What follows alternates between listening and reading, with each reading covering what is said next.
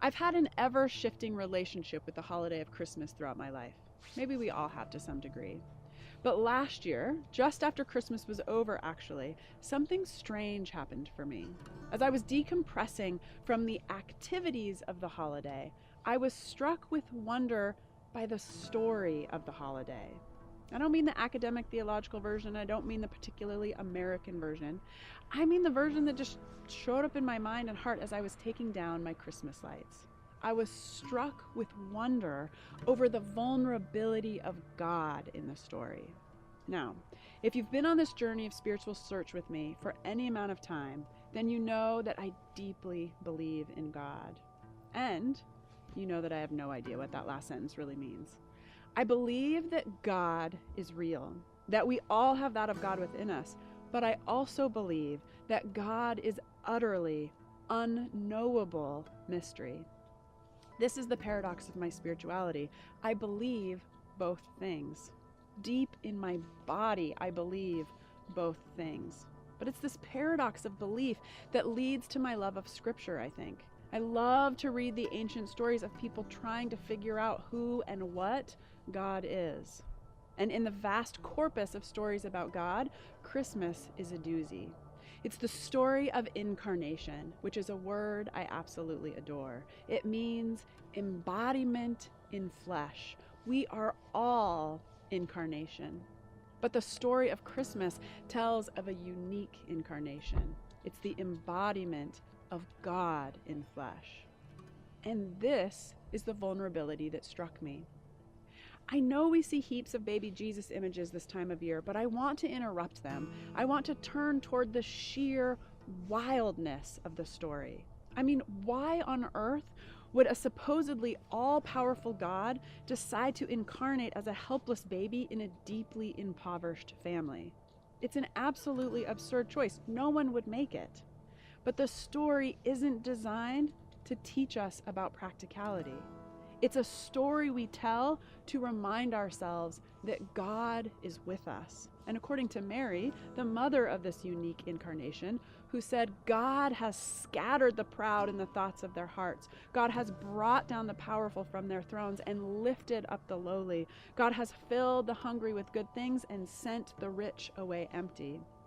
Christmas is also a story we tell in order to remind ourselves that God begs for an end to injustice. So much so that God made the absurd choice.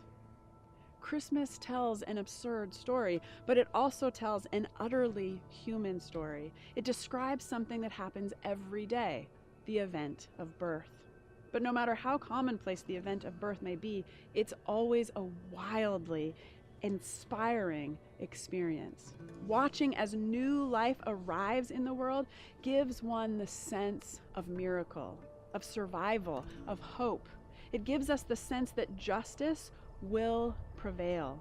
The story of Christmas, the story of birth, the story of unique incarnation speaks of the wild willingness of God to take risk, of the wild generosity of God to be vulnerable. The Gospel of John says, "What has come into being in him was life, and the life was the light of all people. The light shines in the darkness, and the darkness did not overcome it."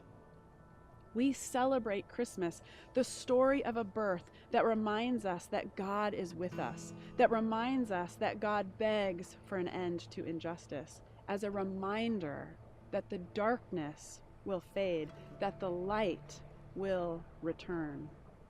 So in closing, I leave you with this blessing, again from artist and minister Jan Richardson, called "How the Light Comes." I cannot tell you how the light comes.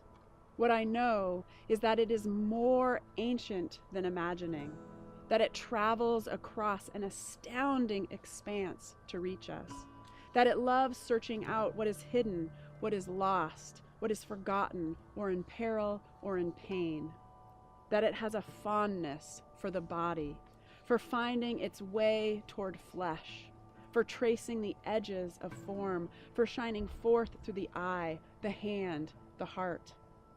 I cannot tell you how the light comes, but that it does, that it will, that it works its way into the deepest dark that enfolds you, though it may seem long ages in coming or arrive in a shape you did not foresee.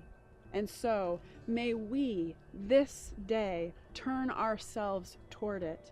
May we lift our faces to let it find us. May we bend our bodies to follow the arc it makes. May we open and open more and open still to the blessed light that comes.